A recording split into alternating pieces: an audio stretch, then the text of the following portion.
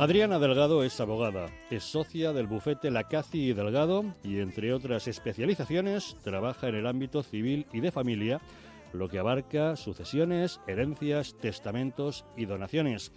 Adriana, muy buenos días. Buenos días, Javier. ¿Cómo funciona el procedimiento sucesorio de los padres hacia los hijos en España? Bueno, pues concretamente, Javier, hay que hacer referencia al artículo 744 del Código Civil porque es el que recoge el derecho de suceder, es decir, que mientras estos hijos y descendientes no estén incapacitados por la ley, tienen este derecho a la sucesión.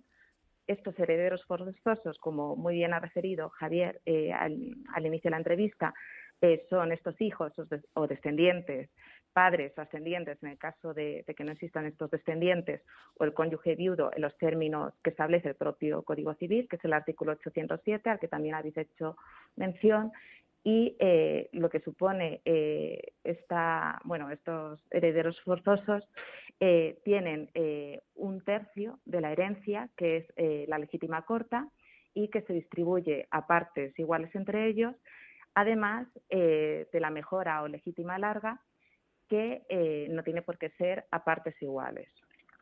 Uh-huh. ¿Por qué han ascendido los casos de desheredación en España? Bueno, si bien se trata de un documento de contenido privado respecto a los testamentos, ¿no? y a esta desheredación, sí que es cierto, Javier, que efectivamente en el despacho estamos notando un aumento de este tipo de casos y probablemente tenga mucho que ver con la pandemia. ¿Por qué? Pues porque muchas de las personas mayores se han sentido totalmente desamparadas y no han tenido atención por parte de sus hijos. Entonces, ante estas situaciones, lógicamente, o bien modifican el testamento o se deciden a escriturar por primera vez el testamento, pero incluyendo una cláusula de desheredación. Uh-huh. ¿En qué supuestos se puede desheredar a un hijo? Bueno, la desheredación, como muy bien habéis comentado, es privar de la legítima al heredero forzoso.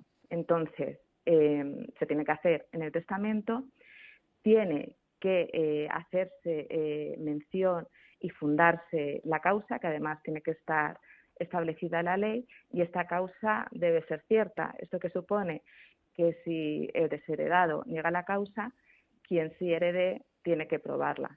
Las causas, como también comentabais, están previstas en el Código Civil y concretamente, además de las genéricas, respecto a los hijos y descendientes, el Código Civil hace mención pues a que se niegue alimentos al padre o ascendientes sin motivo legítimo para ello, o haber maltratado de obra o injuriado gravemente al padre o ascendiente que le deshereda.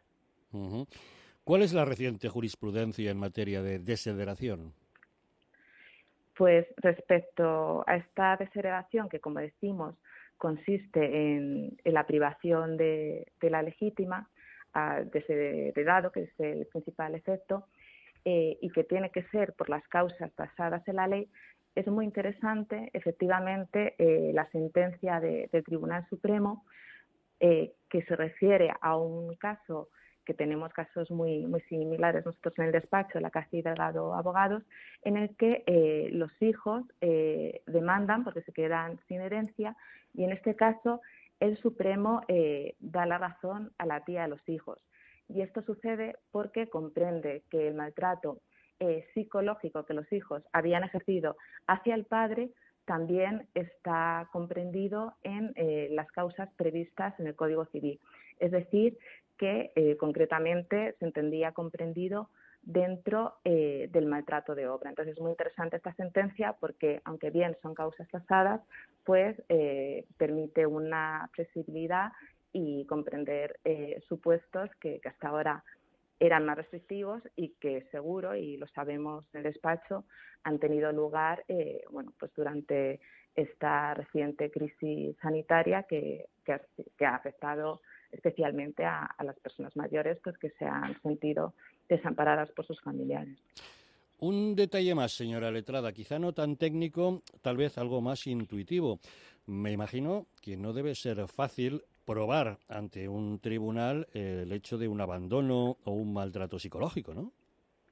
Efectivamente, claro, ahí hay una carga de la prueba, porque si bien esa causa, ¿no?, de desheredación tiene que recogerse en el testamento y tiene que estar mínimamente fundada, es el heredero el que efectivamente, una vez que se impugna el testamento, tiene que tratar de recabar todas las pruebas posibles pues, para acreditar que eso realmente ha sucedido. Pues, por ejemplo, nosotros tenemos concretamente un asunto en el despacho, sin dar nombres, en el que nuestro cliente ha sufrido una reciente operación en el corazón de mucha gravedad y el hijo no ha ido a verle. Pues eso sí se puede acreditar, pues que no constan visitas en el hospital, no hay llamadas telefónicas, tampoco se ha puesto en contacto con la madre.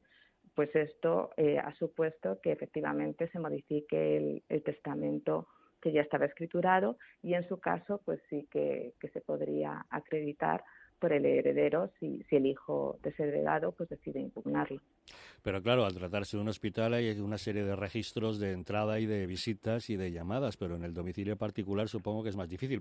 Podría probarse que no hay llamadas en el móvil o al teléfono fijo de la casa, pero el heredero siempre podría decir, he ido a verle todos los días, y eso no consta en ningún sitio, ¿no? Claro, eso ya formaría parte entonces de la estrategia jurídica, ¿no?, de lo que se pueda recabar en su momento. Se me ocurre, a colación de lo que me estás comentando, Javier, pues incluso aportar testificales, vecinos, y luego pues al final es lógicamente el tribunal el que tiene la última palabra. Bueno, en todo caso, recurrir a un abogado, tanto si se trata de la persona que quiere desheredar como el heredero en cuestión que se vaya a quedar sin la delegación de esos bienes, ¿no? Recurrir a asesoría legal supongo que es lo más adecuado. Sí, Javier, efectivamente, precisamente por la complejidad que muy bien apuntas, ¿no?, a pesar de que por esta reciente jurisprudencia sí que haya viabilidad para ello y sea más flexible la cuestión en cuanto a las causas de desheredación, pues lógicamente ante una posible impugnación pues todo eso hay que armarlo bien y prever una estrategia. O sea que lo mejor efectivamente es el consejo de un abogado. La asesoría legal, sin lugar a dudas. Adriana Delgado, abogada, gracias por habernos acompañado en Hoy es el Día. A vosotros, muchas gracias, Javier. Ay, cómo me gusta.